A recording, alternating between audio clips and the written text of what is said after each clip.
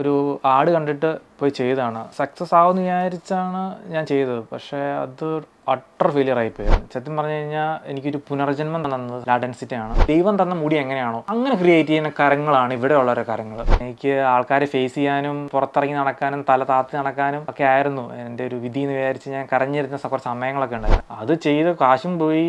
നമുക്ക് മൊത്തത്തിൽ എനിക്ക് ഡിപ്രഷനായി. അവിടുന്ന് തിരിച്ചുവരവാണ് എനിക്ക് ഇവിടുന്ന് തന്നത്.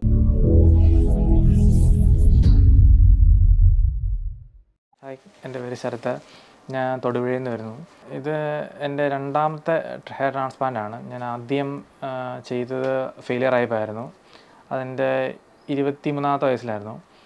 അപ്പോൾ അത് സക്സസ് ആവുമെന്ന് വിചാരിച്ചാണ് ഞാൻ ചെയ്തത്. പക്ഷേ അത് അട്ടർ ഫെയിലിയർ ആയിപ്പോയായിരുന്നു. അത് ഒരു ആഡ് കണ്ടിട്ട് പോയി ചെയ്തതാണ്. അതിൻ്റെ ഒരു ബേസിക് പ്രശ്നം എന്ന് വെച്ചാൽ അതിന് റെഫറൻസ് ഞാൻ എടുത്തില്ല. അങ്ങനെ പോയി ചെയ്തതായിരുന്നു അത്. അപ്പം അങ്ങനെ വന്ന ഒരു 3-4 വർഷം കഴിഞ്ഞപ്പോഴാണ് നമ്മൾ യൂട്യൂബിൽ യാദൃശ്യമായിട്ട് സത്യനാരായണൻ എന്ന് പറഞ്ഞൊരു ഫ്രണ്ട് 7th ഗ്രേഡായിട്ട് ഒരു കഷണ്ടി വീഡിയോ ഇട്ടത്. അപ്പോൾ അദ്ദേഹത്തിൻ്റെ വീഡിയോ കണ്ടപ്പോൾ ശരിക്കും പറഞ്ഞാൽ ഞെട്ടിപ്പോയി. കാരണം എല്ലാവരും ഉപേക്ഷിച്ചൊരു കേസ് ഒരു മിറാക്കിൾ പോലെ റിക്കവർ ചെയ്ത് വന്നു. അങ്ങനെ ലാ ഡെൻസിറ്റി കൊച്ചി സെലക്ട് ചെയ്തു. സത്യം പറഞ്ഞു കഴിഞ്ഞാൽ എനിക്കൊരു പുനർജന്മം തന്നതെന്ന് വേണമെങ്കിൽ പറയാം. ഒരു കോൺഫിഡൻസ്, എനിക്ക് കണ്ണാടി നോക്കാനുള്ളൊരു കോൺഫിഡൻസ് തന്നത്, രണ്ടാം ജന്മം തന്നത് ലാ ഡെൻസിറ്റിയാണ്. അപ്പോൾ അതൊരു നന്ദി വാക്കി പറഞ്ഞു കഴിഞ്ഞാൽ അത് ശരിയാവില്ല. അങ്ങനത്തെ ഒരു ലൈഫാണ് എനിക്ക് തിരിച്ചു കിട്ടിയത്. എനിക്ക് ആൾക്കാരെ ഫേസ് ചെയ്യാനും അല്ലെങ്കിൽ പുറത്തിറങ്ങി നടക്കാനും തല താത്തി നടക്കാനും ഒക്കെ ആയിരുന്നു എൻ്റെ ഒരു വിധി എന്ന് വിചാരിച്ച് ഞാൻ കരഞ്ഞിരുന്ന കുറച്ച് സമയങ്ങളൊക്കെ ഉണ്ടായിരുന്നു. എൻ്റെ ഈ ഫ്രണ്ട്സിനെയൊക്കെ ഫേസ് ചെയ്യാൻ ഭയങ്കര ബുദ്ധിമുട്ടായിരുന്നു.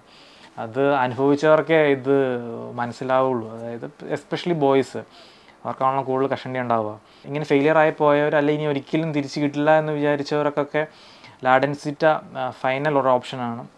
അപ്പം നിങ്ങൾ എവിടെയെങ്കിലും പോകുന്നതിന് മുമ്പ് ജസ്റ്റ് ഒന്ന് എൻക്വയറി ചെയ്യുക, അല്ലെങ്കിൽ ഗൂഗിളിൽ സെർച്ച് ചെയ്യുക, റിവ്യൂ ഒക്കെ നോക്കുക.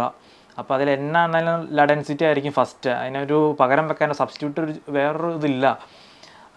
അപ്പം നമുക്ക് A to Z കോൺഫിഡൻസ് തരാൻ ഡോക്ടേഴ്സ്, മറ്റുള്ള സ്റ്റാഫ് എല്ലാവരും ഉണ്ടാവും. അപ്പം നമുക്കൊരിക്കലും നിരാശപ്പെടേണ്ടി വരില്ല. എന്ത് വന്നാലും തലയുയർത്തി പിടിച്ച് തന്നെ നമുക്ക് നടക്കാം. നമ്മളെ അവഗണിക്കപ്പെട്ട അല്ലെങ്കിൽ കളിയാക്കപ്പെട്ട ഫ്രണ്ട്സിൻ്റെ മുമ്പിൽ നമുക്ക് തലയുയർത്തി പിടിച്ച് തന്നെ നടക്കാം. കാരണം മുടി എന്ന് പറയുന്ന ഒരാളുടെ ക്രൗൺ തന്നെയാണത്. അപ്പോൾ അത് നഷ്ടപ്പെട്ട് കഴിയുമ്പോൾ നമ്മുടെ കോൺഫിഡൻസും എല്ലാം പോകും. നമ്മളെ പലയിടത്തും ബാധിക്കും അത്. നമ്മുടെ പഠിക്കുന്ന സ്റ്റുഡൻ്റ് ആണെങ്കിൽ വിദ്യാഭ്യാസം ഉറപ്പായിട്ടും അവൻ്റെ ഒരു പേഴ്സണാലിറ്റി തന്നെ അത് ബാധിക്കും, മുടി എന്ന് പറയുന്നത്. അപ്പോൾ അത് തിരിച്ചു വരുമ്പോൾ അവൻ്റെ കോൺഫിഡൻസ് ഭയങ്കര ഹൈ ആയിരിക്കും. അവൻ്റെ ഒരു അച്ചീവ്മെൻ്റ് പഠനത്തിലും ജോലിയിലും അവൻ്റെ ഒരു കോൺഫിഡൻസ്, തലയുയർത്തി പിടിച്ച് നടക്കാമെന്നുള്ള കോൺഫിഡൻസ് എന്താണേലും 100% അതുണ്ടായിരിക്കും. മുടി എന്ന് പറയുന്നത് സത്യം പറഞ്ഞാൽ നമ്മൾ കെയർ ചെയ്യുക തന്നെ ചെയ്യണം. ഇൻ കേസ് എന്തെങ്കിലും സാഹചര്യത്തിൽ അല്ലെങ്കിൽ തിന്നിങ് ആയി പോവുക, അല്ലെങ്കിൽ ബാൾഡ്നെസ് ആവുക എന്നൊക്കെ പറയാൻ നമ്മുടെ കുറ്റം കൊണ്ടല്ലായിരിക്കാം, ഇനി ആണെന്ന് തന്നെ വിചാരിക്കുക. അപ്പോൾ അതിനൊക്കെ ഒരു സൊല്യൂഷനായിട്ട് ലാ ഡെൻസിറ്റി നിങ്ങൾ പ്രിഫർ ചെയ്യണമെന്ന് ഞാൻ പറയുന്നുള്ളൂ. ഇപ്പോൾ ഞാൻ ലാ ഡെൻസിറ്റി ചൂസ് ചെയ്യാൻ കാരണം വെച്ചാൽ നമ്മൾ ചെയ്യുന്ന ഡോക്ടറിൻ്റെ എക്സ്പീരിയൻസും മറ്റുള്ള ക്ലിനിക്കിനെ അപേക്ഷിച്ച്, അല്ലെങ്കിൽ ഞാൻ മുന്നേ ചെയ്ത ക്ലിനിക്കിനെ അപേക്ഷിച്ച് ഇവിടെ എക്സ്പീരിയൻസ് ഡോക്ടേഴ്സാണ്. അതാണ് ഞാനിത് ചൂസ് ചെയ്യാനുള്ള കാരണം.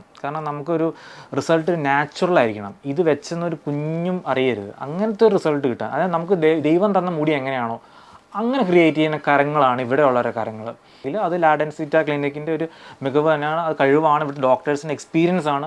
പിന്നെ നമ്മൾ അർപ്പിക്കുന്ന വിശ്വാസത്തിന് 100% അവർ തിരിച്ചിങ്ങോട്ട് തരും എന്നുള്ളതാണ് എൻ്റെ അനുഭവം. അതൊരു പരസ്യവാചകമല്ല, ഇത് അനുഭവമാണ് എൻ്റെ. ഞാൻ പറഞ്ഞല്ലോ, ഒന്ന് ഫെയിലിയറായി പോയ ഒരാൾ തിരിച്ച് കയറി വരുന്നത് എങ്ങനെയാണ്, അതാണ് സംഭവിച്ചിരിക്കുന്നത്. അപ്പോൾ ഇവിടെ ട്രീറ്റ് ചെയ്ത് എനിക്ക് ചെയ്തു തന്നിരിക്കുന്ന ഒരു RTU FU സഫയർ മെത്തേഡാണ് ചെയ്തിരിക്കുന്നത്. 2500 ഗ്രാഫ്റ്റ് എടുത്തിട്ടുണ്ടായിരുന്നു.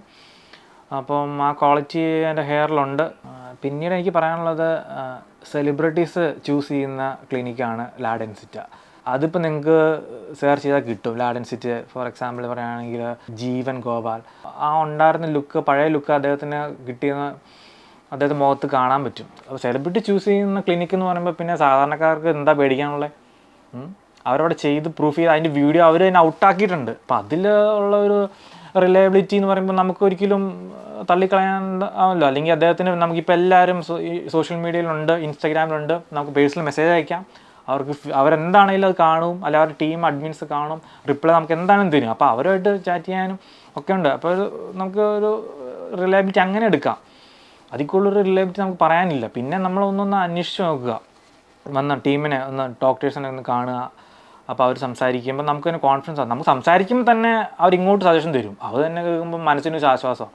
ഇപ്പോൾ ഇവിടുത്തെ ഡോക്ടേഴ്സൊക്കെ നമ്മൾ സപ്പോർട്ട് ചെയ്ത് സംസാരിച്ചേക്കണം. അപ്പോൾ എന്താണെങ്കിലും നിങ്ങൾ ചെയ്യുകയാണെങ്കിൽ ഇവിടെ ഒന്ന് ചെയ്യണമെന്ന് ഞാൻ പറയുള്ളൂ. പിന്നെ ഇവിടുത്തെ വേറൊരു എക്സ്പീരിയൻസ് പറയുകയാണെങ്കിൽ നമുക്കൊരു ക്ലിനിക്കായിട്ടല്ല ഫീൽ ചെയ്യുക, നമുക്ക് ഹോസ്പിറ്റൽ പോലെ തന്നെ ഫീൽ ചെയ്യുക. ഗൗൺസും കാര്യങ്ങളും നമ്മളെങ്ങനെയാണോ ഒരു ഹോസ്പിറ്റലിൽ പോയി ട്രീറ്റ് ചെയ്യുക, മറ്റേത് അസുഖത്തിനും പോയി ചികിത്സിക്കുന്നത് അതുപോലെയൊക്കെ തന്നെയാണ് ഇവിടെ. നമുക്ക് ഒരു ഡിപ്പാർട്ട്മെൻറ്റ് ഹെയറിനുണ്ട്, അത്രേ ഉള്ളൂ.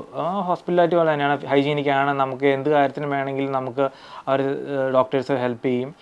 കഷണ്ടിക്കാരൻ്റെ ഒരു മെയിൻ പ്രശ്നം വെച്ചാൽ അവൻ എങ്ങനെ മുടി വരണം, അവൻ എന്ത് വേണം ചെയ്യാൻ തയ്യാറാണ് നിൽക്കുക വരുന്നത്. പക്ഷേ ഇവിടുത്തെ ഡോക്ടേഴ്സ് പറയും മോനെ ഇത് ചെയ്യണോ വേണ്ടയോ, നമുക്ക് എങ്ങനെ എടുക്കും, അതിൻ്റെ ക്വാളിറ്റി എങ്ങനെ വരും. അപ്പോൾ ചിലത് മെഡിസിൻ വഴി നമുക്ക് ചെയ്യാൻ പറ്റും.